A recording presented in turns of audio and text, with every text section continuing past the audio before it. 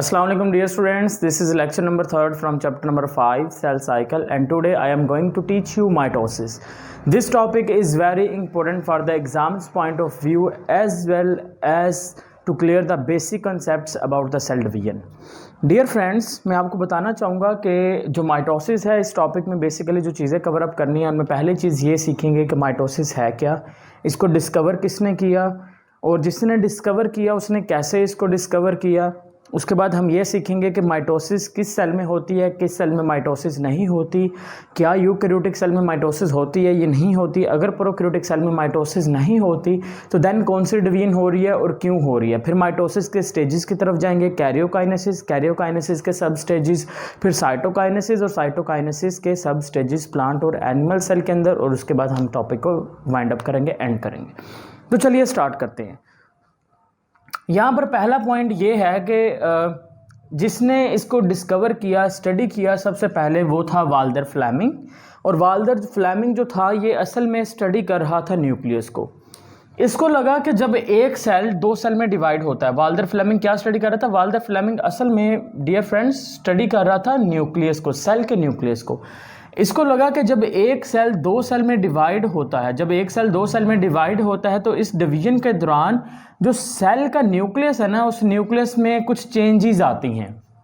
समझ में आई बात? वाल्दर फ्लेमिंग जो कि जर्मन का एक बायोलॉजिस्ट था, 1880 में उसने बताया कि जब सेल डिवाइड होता है, सेल की डिवीजन के दौरान जो न्यूक्लियस होगा, न्यूक्लियस के अंदर क्या आएंगे? न्यूक्लियस के अंदर डियर फ्रेंड्स आती हैं चेंजेस, और उसने उसी चेंजेस को क्या नेम दे दिया?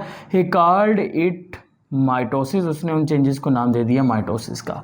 ये होगा पॉइंट नंबर 1। अब पॉइंट नंबर 2 है कि जो माइटोसिस है वो किन सेल्स में होती है। देखें, हमारी बॉडी में ना बेसिकली दो तरह के सेल्स बेटा पाए जाते हैं। हमारी बॉडी की अगर बात कर रहे हैं तो हमारी बॉडी में दो तरह के सेल्स होते हैं। एक जो होते हैं उसको हम नाम देते हैं सोमैटिक सेल्स का, और जो दूसरे सेल्स होते हैं हम उनको नाम देते हैं जर्म लाइन सेल्स का। तो सोमैटिक सेल होते हैं हमारी बॉडी में, और जो दूसरे सेल्स होते हैं वो होते हैं germ line cell.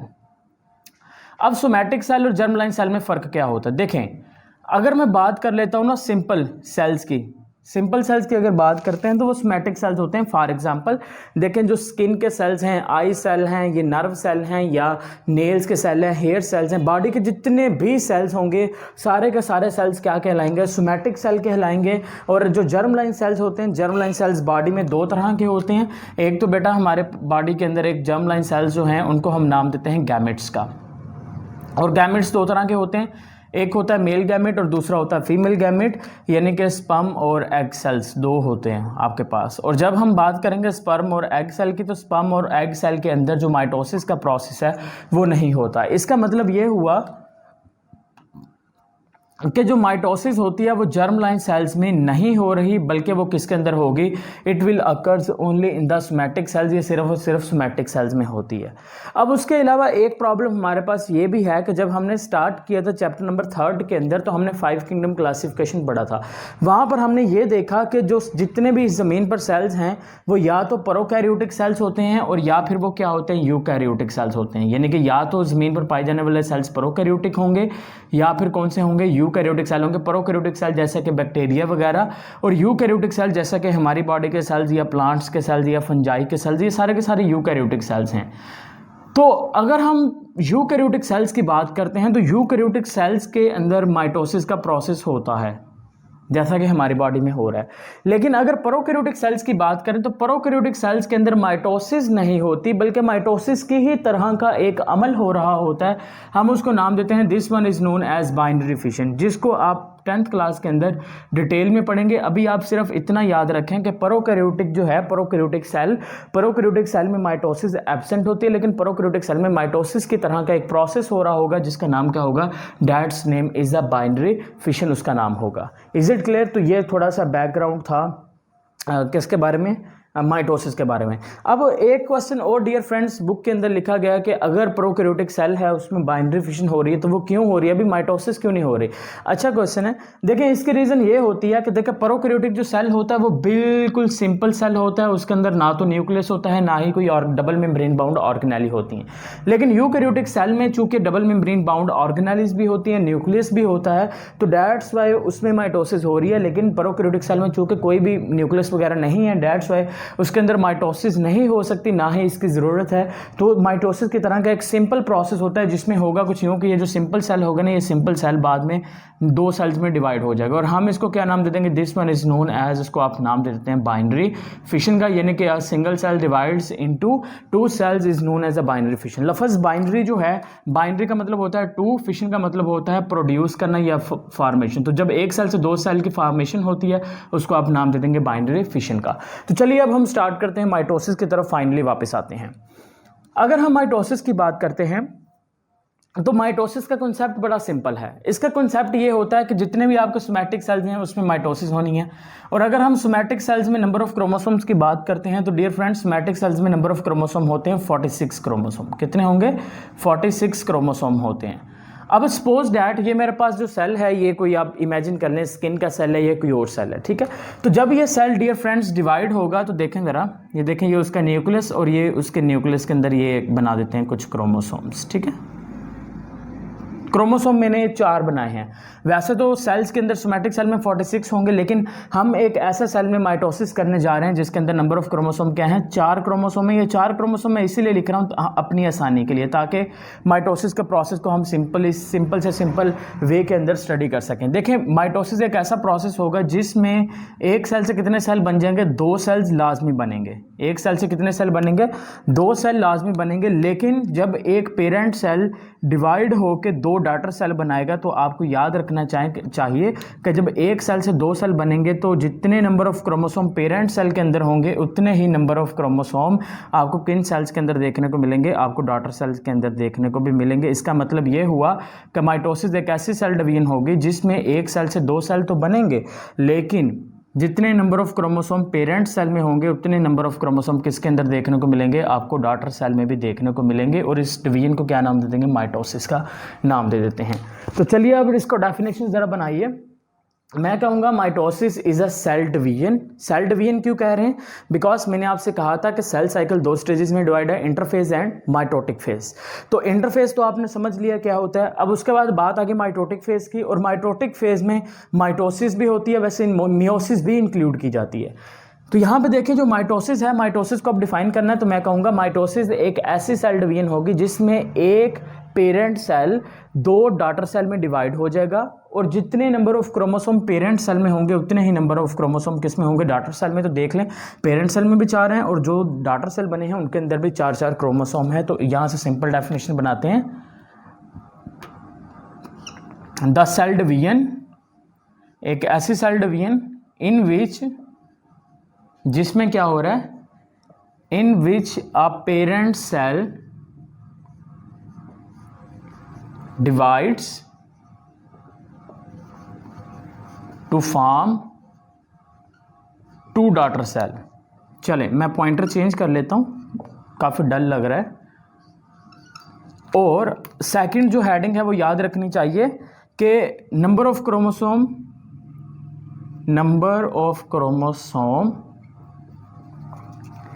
will remain same in daughter cell as in parent cell। यानी कि जितने पेरेंट सेल में होंगे उतने ही डॉटर सेल के अंदर होंगे। तो यहाँ पर आपका जो पहला स्टेप है डेफिनेशन वाला, वो आपका डियर फ्रेंड्स क्लियर हो चुका है। अब हम बात करते हैं माइटोसिस के सब स्टेजेस की। माइटोसिस 2 स्टेजेस में डिवाइड होगा। पहला जो स्टेज होगा उसको नाम देंगे कैरियोकाइनेसिस का, और जो सेकंड स्टेज होगा उसको आप नाम देंगे साइटोकाइनेसिस का। अब कैरियोकाइनेसिस और साइटोकाइनेसिस क्या होता है? कैरियोकाइनेसिस का डियर फ्रेंड्स मतलब होता है न्यूक्लियस की डिवीजन। इसका क्या मतलब है? Division of nucleus. ये न्यूक्लियस की डिवीजन होगी। और साइटोकाइनेसिस में किसकी डिवीजन होगी? डिवीजन ऑफ साइटोप्लाज्म कह दें, या फिर उसके अलावा अगर आप कहना चाहें तो सेल भी कह सकते हैं। तो बात दोनों की एक ही है। जब न्यूक्लियस डिवाइड होगा तो उसको कैरियोकाइनेसिस कहेंगे, और जब साइटोप्लाज्म डिवाइड होगा या सेल डिवाइड होगा उसको साइटोकाइनेसिस का नाम देते हैं। तो चलिए अब हम स्टार्ट करते हैं, कैरियोकाइनेसिस स्टार्ट करते हैं। डियर स्टूडेंट्स, अगर हम कैरियोकाइनेसिस की बात करते हैं, कैरियोकाइनेसिस की अगर हम बात करते हैं तो कैरियोकाइनेसिस जो है वो मज़ीद कुछ स्टेप्स के अंदर डिवाइड हो जाता है ये प्रोसेस। वो स्टेप्स कौन से हैं, उनमें पहला एक होगा, उसको नाम दे देंगे प्रोफेज का। प्रोफेज के बाद सेकंड फेज होता है जिसको नाम दिया जाता है मेटाफेज का। तीसरा जो फेज होगा उसको नाम देंगे एनाफेज का, और जो चौथा फेज होगा उसको नाम दे देंगे टीलोफेज का। तो अब हम कैरियोकाइनेसिस का जो पहला स्टेज है जिसका नाम क्या है प्रोफेज, उसको ज़रा स्टार्ट करते हैं और हम देखने की कोशिश करेंगे कि प्रोफेज के अंदर असल में कौन कौन सी चेंजेस आ रही होती हैं। देखें, जैसे ही डियर फ्रेंड्स जो सेल है वो प्रोफेज के अंदर इंटर होता है। देखें, सपोज करें मैं कहता हूँ जी this one is a cell, ये वो सेल है जो कि कहाँ पर इंटर हो रहा है, जो कि पहले जाएगा इंटरफेज में, इंटरफेज का G1 phase, S phase, G2 phase, G2 phase के बाद सेल डायरेक्टली माइटोसिस की कैरियोकाइनेसिस का पहला फेज जिसका नाम क्या है आपके पास प्रोफेज, उसके अंदर आ जाएगा। जैसे ही सेल अब प्रोफेज में एंटर होगा इसमें चंद एक चेंजेस होंगे। चेंजेस क्या होंगी, देखें ये उसका न्यूक्लियस मौजूद है और ये न्यूक्लियस के अंदर ना डियर स्टूडेंट्स उसका जो जेनेटिक मेकअप है उसको नाम देंगे क्रोमाटिन, क्योंकि वो धागे की तरह बिखरा हुआ होगा। देखें, अगर नलकी से धागा उतार के ज़मीन पर फेंक दे तो वो कैसा होता है, वो बिखर जाता है। इसी तरह से जो सेल होगा, यहाँ पर देखें मैं किसके अंदर आपको बता रहा हूँ स्टेजेस, प्रोफेज बता रहा हूँ एनिमल सेल की। अभी हम किसको डिस्कस कर रहे हैं, अभी हम एनिमल सेल क्या डिस्कस कर रहे हैं कि एनिमल सेल में क्या चेंजेस आती हैं। एनिमल सेल का जो प्रोफेज है उसमें पहली चेंज ये आएगी कि डियर फ्रेंड्स जो जेनेटिक मेकअप होगा जो कि न्यूक्लियस के अंदर मौजूद है, ये देखें ये न्यूक्लियस के अंदर जो जेनेटिक मेकअप है वो किस फॉर्म के अंदर है, धागानुमा स्ट्रक्चर, जिसको क्या नाम देंगे, क्रोमाटिन की नाम दे देंगे। उसके अलावा इसका न्यूक्लियर मेम्ब्रेन अभी मौजूद है और न्यूक्लियर मेम्ब्रेन के इर्द गिर्द इस तरह से मौजूद होंगे पेयर ऑफ सेंट्रियोल या सेंट्रोसोम। ये आ गए न्यूक्लियर मेम्ब्रेन और ये बेटा उसके पास आ गया सेंट्रोसोम्स आ गए। ठीक है, अब पहले स्टेज में क्या होगा कि जो क्रोमाटिन होगा, ये जो क्रोमाटिन है जो कि धागानुमा स्ट्रक्चर है, ये कंडेंस्ड होकर ना कुछ इस शेप के अंदर आ जाएगा, रेगुलर स्ट्रक्चर के अंदर आ जाएगा और हम उसको नाम दे देंगे क्रोमोसोम का। ये देखें, ये एक क्रोमाटिड और ये आ गया दूसरा क्रोमाटिड। दो क्रोमाटिड जिस जगह पर मिलेंगे हम उसको क्या नाम देते हैं, this one is known as, उसको आप नाम देंगे सेंट्रोमेयर का नाम दे देंगे और पूरे स्ट्रक्चर को क्या नाम देंगे, क्रोमोसोम का नाम देते हैं। तो ये आपके पास एक क्रोमोसोम आ गया जिसमें एक और ये दो क्रोमाटिड्स होंगे और साथ में क्या होगा डियर फ्रेंड्स, दोनों क्रोमाटिड्स अटैच होंगे सेंट्रोमेयर के मुकाम पे। अब चूंकि जो सेल है वो कहाँ से आ रहा है, वो इंटरफेस से होके आ रहा है। इंटरफेस का एस फेज भी उसने वहां से गुजरा है। तो इंटरफेस का एस फेज जो कि हमने पढ़ा था कि इंटरफेस के एस फेज में जो क्रोमोसोम्स होते हैं वो डुप्लीकेट हो जाते हैं।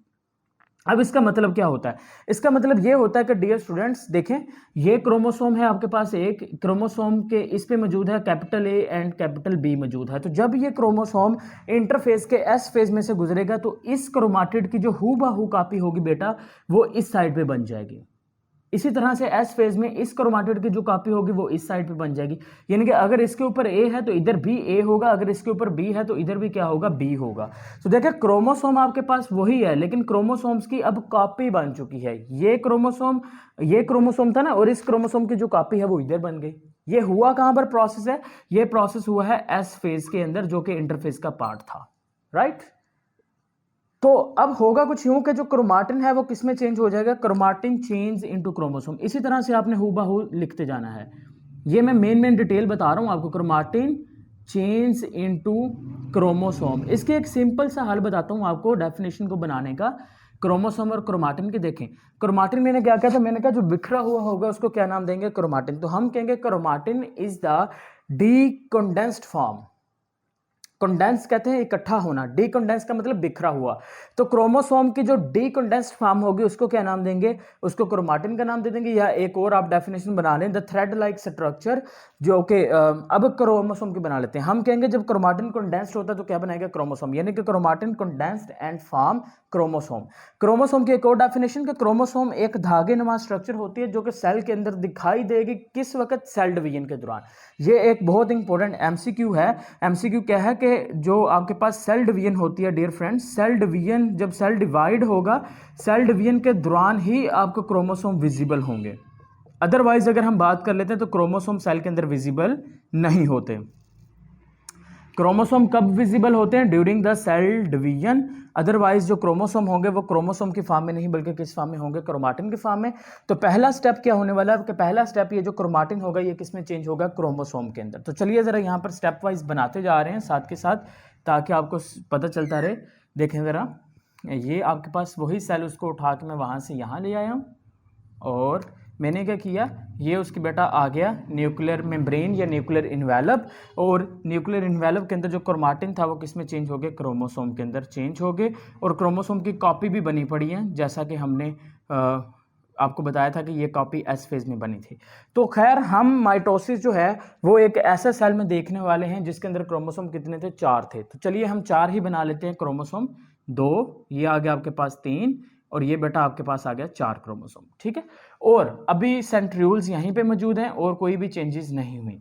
अब जैसे ही ये चेंजेस होगी, इस चेंज के बाद क्या होने वाला है कि डियर फ्रेंड्स, ये जो सेंट्रोसोम है, ये सेंट्रियोल्स होंगे, ये सेल के पूल की तरफ मूव कर जाएंगे। ये सेंट्रियोल्स इधर आ जाएगा और ये वाला इधर आ जाएगा। पूल वाला हिस्सा कहते हैं जो सेल के कॉर्नर वाला पोर्शन होता है ना, उसको कहते हैं pole region of the cell. तो हम कहेंगे जो सेंट्रियोल्स होंगे, centrioles moves to pole of cell, cell के पूल की तरफ मूव कर जाएंगे। और साथ में क्या होने वाला है कि ये जो न्यूक्लियर इन्वेलप होगी डियर फ्रेंड्स, ये न्यूक्लियर इन्वेलप इस तरह से टूटना शुरू हो जाएगी। न्यूक्लियर मेम्ब्रेन क्या हो जाएगी? Nuclear membrane start to disintegrate, टूटना शुरू हो गई। न्यूक्लियर इन्वेलप टूटने लग पड़ी है, यानी कि ये लें मैं बना देता हूं, ये न्यूक्लियर इन्वेलप टूट रहा है। जैसे न्यूक्लियर इन्वेलप टूट रहा है, उसके टूटने से यहाँ से सेंट्रियोल्स और यहाँ से सेंट्रियोल्स कहाँ पे चले जाएंगे? ये सेल के पूल वाली साइड पर आ जाएंगे। एक इधर वाली साइड पर आ जाएगा और दूसरा जो होगा वो इस साइड पर चला जाएगा। यहाँ पर आपका जो प्रोफेस होगा वो एंड हो जाएगा। Is it clear? ये हमने प्रोफेस देखा है सिर्फ एनिमल सेल में, लेकिन अब हम देखने वाले हैं प्लांट सेल के अंदर prophase. Dear friends, plant cell के अंदर जो प्रोफेस होता है वो थोड़ा सा डिफरेंट होगा, बाकी सारी चीज़ें सेम होने वाली हैं। देखें डिफरेंट क्या होने वाला है कि प्लांट सेल में एक दिक्कत तो ये होती है कि प्लांट सेल की अगर हम बात करते हैं ना, तो प्लांट सेल के सेंटर में न्यूक्लियस नहीं होता और हमें न्यूक्लियस दरमियान में चाहिए।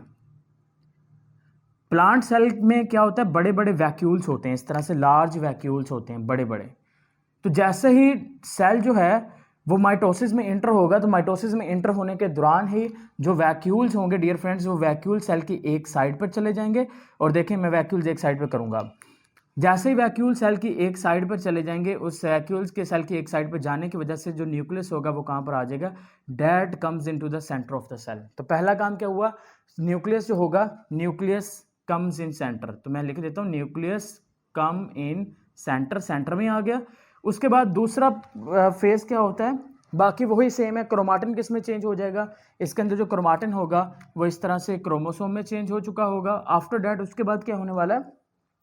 जो न्यूक्लियर इन्वेलप है वो टूट जाएगा। लेकिन एक और चेंजेस यहां पर आपको याद रखनी है, वो है सेंट्रियोल्स। सेंट्रियोल्स आर एब्सेंट, ये एमसीक्यू भी है, एब्सेंट इन प्लांट सेल। अगर हम प्लांट सेल की बात करते हैं तो प्लांट सेल के अंदर डियर फ्रेंड्स जो सेंट्रियोल्स होते हैं वो एब्सेंट होते हैं। अब अगर सेंट्रियोल्स एब्सेंट है तो सोचने की बात है कि इसमें स्पिंडल फाइबर्स कैसे बनेंगे? तो स्पिंडल फाइबर्स यहाँ पर साइटोप्लाज्म से बनेंगे। अगर प्लांट सेल की बात करें तो प्लांट सेल में स्पिंडल फाइबर सेंट्रियोल से बनने हैं, सॉरी एनिमल सेल में। चूंकि प्लांट सेल में सेंट्रियोल्स नहीं है तो इसका मतलब है यहाँ पर जो स्पिंडल फाइबर्स बनेंगे वो सेंट्रियोल से नहीं बनेंगे। समझ में आ गई बात? तो ये एक थोड़ी सी चेंजेस हैं प्लांट सेल और एनिमल सेल के प्रोफेस में। आफ्टर डेट जब प्रोफेस कंप्लीट हो जाएगा, उसके बाद एक सेकंड स्टेज डिवाइड हो जाएगा, उसको नाम दे देंगे मेटाफेज का। अब काम आसान हो जाएगा बहुत ज्यादा। सेकंड, मेटाफेज में क्या बनने वाला है कि मेटाफेज प्लेट बनेगी। यहां पर 3 पॉइंट आपने याद रखने हैं सिर्फ। मेटाफेज प्लेट फॉर्मेशन हो जाएगी। अब मेटाफेज प्लेट फॉर्मेशन का मतलब क्या होता है? देखें, ये देखें बेटा, यही सेल, इसको नेक्स्ट में प्रोसीड करके यहां पे लेके आ रहा हूं, क्योंकि न्यूक्लियर इन्वेलप टूट गया था। उसके टूटने से जो क्रोमोसोम होंगे वो कहां पर आ जाएंगे? साइटोप्लाज्म में आ जाएंगे। तो साइटोप्लाज्म में क्रोमोसोम आने के बाद ना सेल के सेंटर में ऐसे अरेंज हो जाएंगे, ये लें, और सेल के सेंटर में अरेंज होने के बाद जो क्रोमोसोम्स होंगे डियर फ्रेंड्स, वो इस तरह से एक लाइन में आ जाएंगे और प्लेट लाइक स्ट्रक्चर बना देंगे। और हम उसको क्या नाम दे देंगे? उसको आप नाम दे देंगे मेटा फेस प्लेट फॉर्मेशन का नाम दे देंगे। तो पॉइंट बात समझ में आ गई। मेटाफेस प्लेट का मतलब क्या होता है कि जब क्रोमोसोम लाइन अप हो जाएंगे सेल के सेंटर में तो एक प्लेट लाइक स्ट्रक्चर बन जाएगा, उसको आप क्या नाम दे देंगे, this one is known as metaphase plate formation का। अब और क्या होने वाला है यहां पर डियर फ्रेंड्स, सेकंड चीज जो होगी वो है स्पिंडल फाइबर्स। स्पिंडल फाइबर्स, अब स्पिंडल फाइबर्स बनेंगे, लेकिन स्पिंडल फाइबर याद रखना दो तरह के होंगे। एक आपके पास होंगे काइनेटोकोर और दूसरे जो स्पिंडल फाइबर्स होंगे वो कहलाएंगे नॉन काइनेटोकोर स्पिंडल फाइबर्स। अब दोनों के अंदर फर्क क्या होता है डियर फ्रेंड्स, यहां पर कुछ स्पिंडल फाइबर्स निकलेंगे सेंट्रियोल से, स्पिंडल फाइबर्स निकलकर वो स्पिंडल फाइबर्स जो क्रोमोसोम के साथ जाके अटैच हो जाएंगे। क्रोमोसोम्स के ऊपर हमने कहा था कि जहां पर दो क्रोमाटिड मिलेंगे उसको क्या नाम देंगे, सेंट्रोमेयर। तो सेंट्रोमेयर के ऊपर एक खास हिस्सा होता है यहां पर डियर फ्रेंड्स, जहां पर ये स्पिंडल फाइबर आके क्रोमोसोम के साथ अटैच हो जाएंगे। उस खास हिस्से को क्या नाम देंगे, उस खास हिस्से को आप नाम देंगे काइनेटोकोर का। तो काइनेटोकोर स्पिंडल फाइबर्स का मतलब काइनेटोकोर SF स्पिंडल फाइबर्स। इसका मतलब यह है कि वो स्पिंडल फाइबर जो क्रोमोसोम्स के काइनेटोकोर वाले पॉइंट पे अटैच हो जाएंगे उसको कहेंगे काइनेटोकोर स्पिंडल फाइबर। और वो स्पिंडल फाइबर्स जो अटैच नहीं होते, देखें इस तरह से फ्रीली रहते हैं सेल के अंदर, ये लें, ये अटैच नहीं होगा ना किसी से, तो इस तरह के जो होंगे स्पिंडल फाइबर्स उसको नाम दे देंगे नॉन काइनेटोकोर स्पिंडल फाइबर्स का नाम दे देंगे। तो डियर फ्रेंड्स यहां पर आपका जो मेटाफेस है वो क्या हो जाएगा, कंप्लीट हो जाएगा।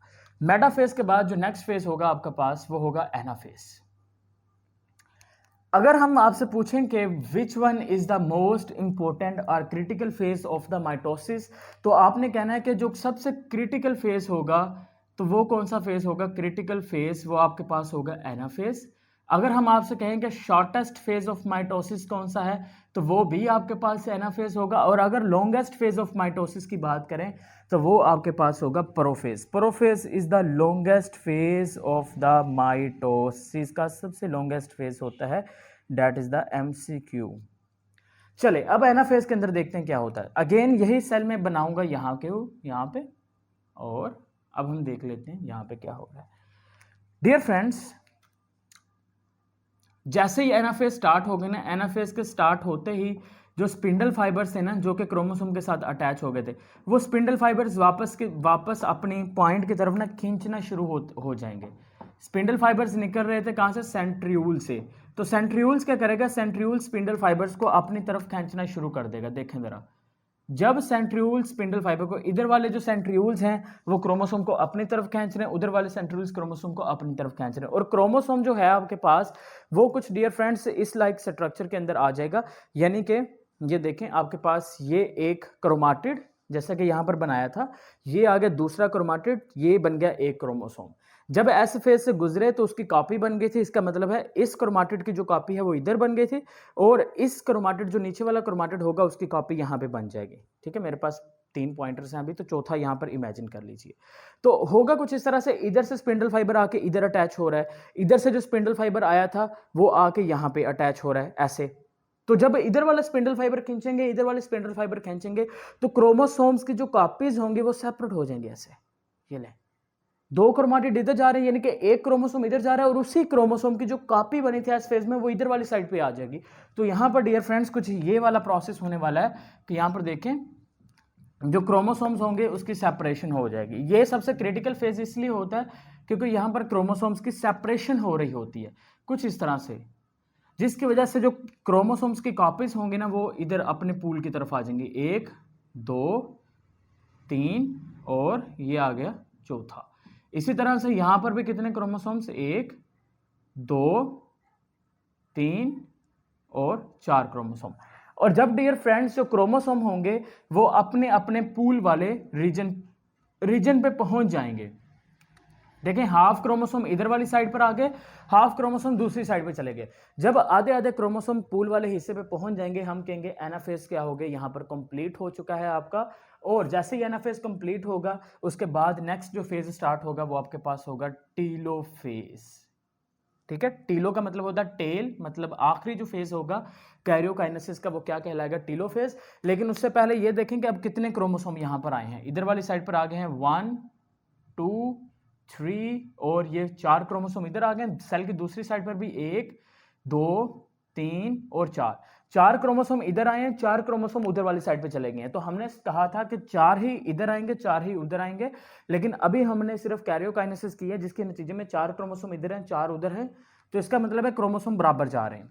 आफ्टर दैट जो टीलोफेज होगा, telophase is opposite to prophase, opposite to prophase. Prophase के अंदर आपने जो कुछ भी किया ना उसके बिल्कुल ऑपोजिट काम करते जाइए, वो टीलोफेज आपका कहलाएगा। प्रोफेज में हमने कहा था कि जो क्रोमाटिन होगा वो क्रोमोसोम में चेंज हो जाएगा। यहाँ पर हम कहेंगे जो क्रोमोसोम होंगे वो किस में चेंज हो जाएंगे, बिखर जाएंगे। उसको आप इस तरह से क्या नाम दे देंगे, this one is known as chromatin का नाम दे देंगे।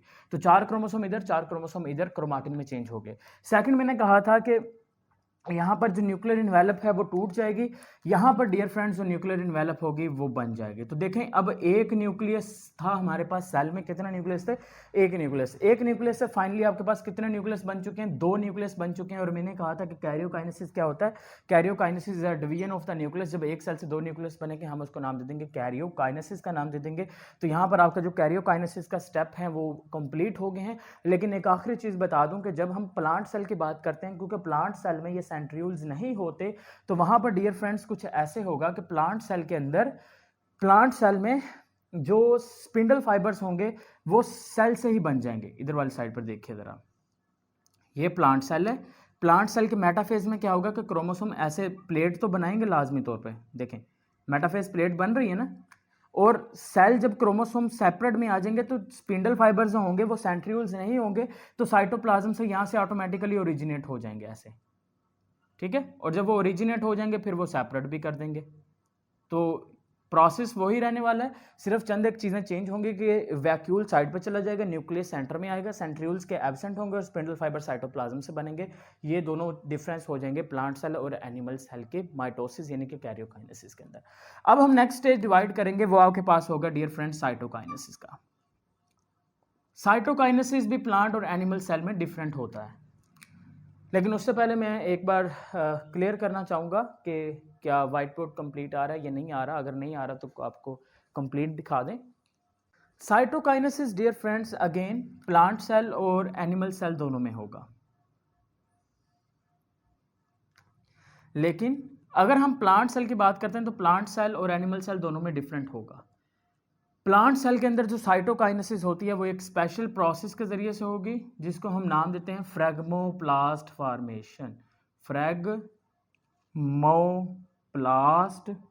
फॉर्मेशन का नाम देते हैं। और एनिमल सेल में जो साइटोकाइनेसिस होगी वो होगी क्लीवेज फ्लो के जरिए से। यहाँ पर फ्रैगमोप्लास्ट फॉर्मेशन, वहाँ पे क्लीवेज फ्लो होगा। आपने याद कैसे रखना है, एमसीक्यूज में ये भी पूछा जाता है कि cytokinesis in plants occurs by, तो आपने कहना फ्रैगमोप्लास्ट, पी से प्लांट, पी से फ्रैगमोप्लास्ट हो, सो आपको याद रह जाएगा आप, ठीक है। अब देखें जरा नेक्स्ट, फ्रैगमोप्लास्ट फॉर्मेशन होती क्या है डियर फ्रेंड्स। फ्रैगमोप्लास्ट फॉर्मेशन में होता यूं है कि ये आपके पास आ गया प्लांट सेल, जैसे टीलोफेज एंड होगा, टीलोफेज के एंड होते ही जो प्लांट सेल होगा, प्लांट सेल के अंदर जो गोल्जी वेसिकल्स होंगी, ये गोल्जी अपरेटस होगा। प्लांट सेल के अंदर suppose that this one is आपके पास ये आ गया गोल्जी अपरेटस, ठीक है। प्लांट सेल के अंदर जो गोल्जी अपरेटस होगा ना वो यहाँ पर गोल्जी वेसिकल बनाना शुरू कर देगा ऐसे। तो इधर वाली साइड पर न्यूक्लियस मौजूद था ना, इधर वाली साइड पर भी न्यूक्लियस, 2 न्यूक्लियस बन चुके थे। तो गोल्जी अपरेटस क्या बनाएगा, गोल्जी वेसिकल्स बनाना शुरू कर देगा। अब ये जो गोल्जी वेसिकल्स होंगी, ये गोल्जी वेसिकल बेटा यहाँ से बनने के बाद सेल के ना सेंटर में आके इकट्ठा होना शुरू हो जाएंगे ऐसे। और पहले तो ये एक ब्रेक सी लाइन बनेगी और बाद में ये जो ब्रेक लाइन होगी, ये ब्रेक लाइन थिक होती चली जाएगी और फाइनली ये आपस में मिल जाएगी। और जब आपस में मिल जाएगी तो एक जो सेल होगा, उस एक सेल से कितने सेल बन जाएंगे आपके पास, एक सेल से 2 सेल बन जाएंगे। तो जब एक सेल से 2 सेल बन गए, जब सेल डिवाइड हो जाएगा, हम उसको नाम दे देंगे साइटोकाइनेसिस का।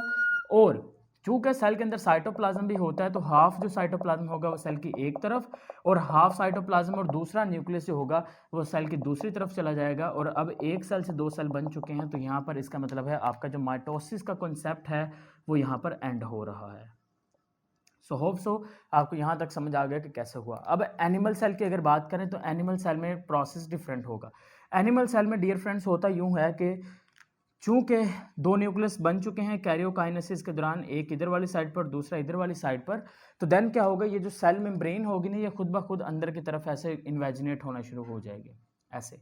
और जब सेल मेम्ब्रेन अंदर की तरफ इन्वेजिनेट होना शुरू हो जाएगी तो फाइनली ये सेल मेम्ब्रेन आपस में इस तरह से मिल जाएगी। और जब ये मिल जाएगी तो उसके मिलने के नतीजे में हमारे पास यहाँ पर भी दो सेल्स बन जाएंगे। दो सेल्स तो हम उसको क्या नाम दे देंगे, जब दो एनिमल सेल बन जाएंगे तो हम उसको क्या नाम दे देंगे, this one is known as cytokinesis. और साइटोकाइनेसिस और इस प्रोसेस को नाम देंगे क्लीवेज, फ्रो का नाम दे देंगे। तो फाइनली आपके पास जो माइटोसिस का कॉन्सेप्ट है वो क्या हो चुका है, कंप्लीट हो चुका है। सो होप सो आपको बेटा ये कंप्लीट लेक्चर समझ में आ गया है। इसको कंप्लीट देके कुछ भी स्किप ना करें, क्योंकि ये आपका next exams point of view से बहुत इंपॉर्टेंट है। अगर फिर भी आपका कोई क्वेश्चन है या कुछ भी आपको प्रॉब्लम हो, वो कमेंट के फॉर्म में लाजमी पूछिएगा। शुक्रिया एंड अल्लाह हाफिज़।